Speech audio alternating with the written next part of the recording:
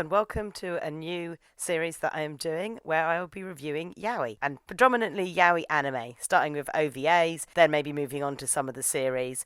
I'm going to attempt to do it in the order that I watched the shows, rather than the order they came out, because that's just how I remember them. Got to say that if Yaoi is not your thing, then this is definitely not the series for you.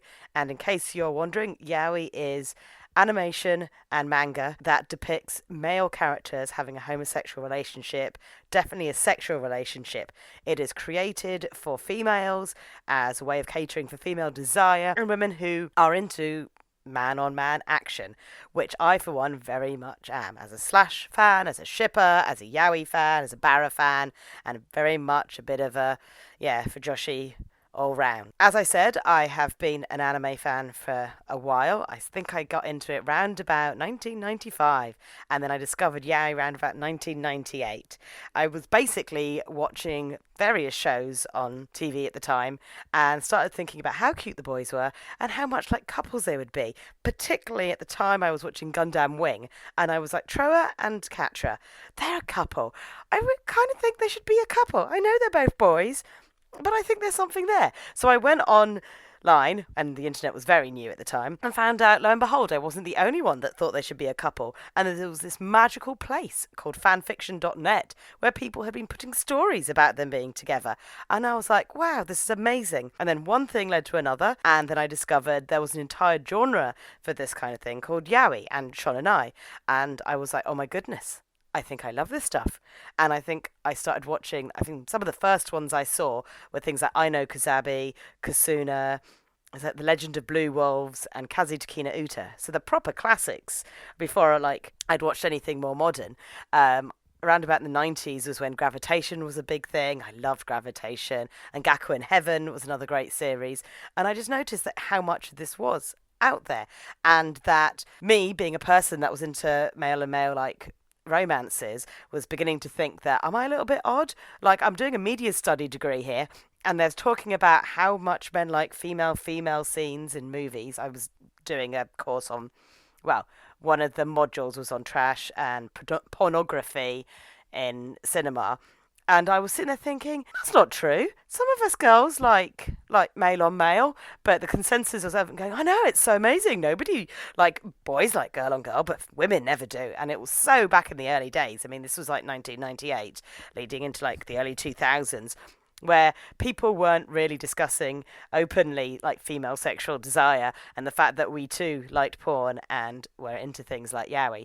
And luckily, turns out that Japan wasn't quite as backwards, and they'd been making shows and manga about this for a lot longer. And I was like, I am going to watch some of this stuff. And as a big anime fan, I was like, I can't wait to find more of this. I think my first bit was one of the Minami-con late night screenings was the yaoi section. And I was like, I can't wait. And Boku no Saki Saki was doing the rounds, which was kind of like a redubbed mock take of a yaoi called Boku no Sexual Harassment, My Sexual Harassment. And, the pineapple just became one of in in-jokes for a while. And then we discovered Yamane Matsue, and I was like, this is amazing. This is not just cute little stories about boys. This is dark, gothic, operatic anime shows that just happened to feature boys that were into each other and, sometimes had sex. And also were a little bit darker. It turned out I really did like the dark stuff. So that was the next part I got into. And then I just went online and started curating my collection. I went on to websites and anywhere I could research yaoi, how to get it. I found a pen pal in Japan that was able to send me VCD copies. I mean, back in the day, it was a lot harder to get your anime than it was now. I mean, the internet was just starting out, and we were all using things like Napster and Azurus and BitTorrents to try and download our files. And, sometimes it would take the night to download one episode or something, but we were getting there. Or you could find a pen pal somewhere else in the world and get them to record it onto VHS and send you the VHS, which you would then have to transfer the VHS tape from its format to the UK format very carefully to not to destroy the film, so that you could put it in your VCR player and watch it. And also the other thing is yaoi was still not big in the West or even really heard of, so most of the stuff I watched was raw, because you couldn't find subtitles for things. So I remember trying to watch like the Kazuna stuff and having to do it raw. I mean, there were very helpful people that had translations had translations on the internet. So you could go on the internet and someone would have translated it, like, character name and what they were saying, like your script. So you used to have the Yaoi playing on your screen, and you used to have a printout piece of paper telling you what they were saying. So you're kind of like looking between them. And people think reading subtitles is hard. You should try reading like a piece of paper and looking at a screen, trying to work out which character is saying what at what point and follow along on your printed out script. So that's how I watched some of my first Yaoi. Until eventually, my goodness, I got a collection of some pretty interesting titles, which I eventually will get through all and tell you all about them. Some that were definitely more for me. Some that I was like, this is not really my genre, but I watched it because it came under the umbrella of Yaoi. I was never really into the Shota stuff, but I watched some of it just because it came out. And when you get into something, you kind of like try and consume all of it, and then you're a bit like, I can be a little bit more particular in my things now because it's gotten more open. Although then there was things that they made Yaoi games, and I've got a couple, and hopefully I'll do some Let's Plays of them as I can work it all out. I'm not very tech savvy, so it's quite impressive that I'm managing to record this at all, really. We'll go. But hopefully you'll enjoy these little ditties of me talking about stuff and anecdotes and just whether or not the Yaoi is good.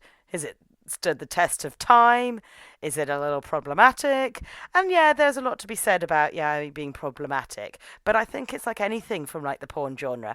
It's designed as pornography for a person who is into that. You can't really like go around policing people's erotic desires. Like, as long as like it's consensual, and with Yaoi, since it's animated, like as long as it's not going to really make me feel like this is very like just nasty and I don't like it. Like Super Lovers is one that I just don't get on with, so I don't think I'll be reviewing that one because it's just too problematic for me. But there are a lot of staples in the genre that I think would trigger a lot of people. I, for one, aren't, but I do take Yaoi as a pornography, and it is there to kind of exploit male forms for my sexual desire rather than be any true reflection of like homosexual relationships and queer lifestyles in like Japan. For something with more meaningful relationships in it, I would definitely watch something like Wandering Sun, because that's far more like realistic and actually got like lots of depth and emotion. Yaoi is literally just for like, it's for pleasure. It's my guilty pleasure. I enjoy it, and I'm hoping you guys enjoy this series. For now, I'm signing out, and well, hopefully you'll enjoy the next video. Bye-bye.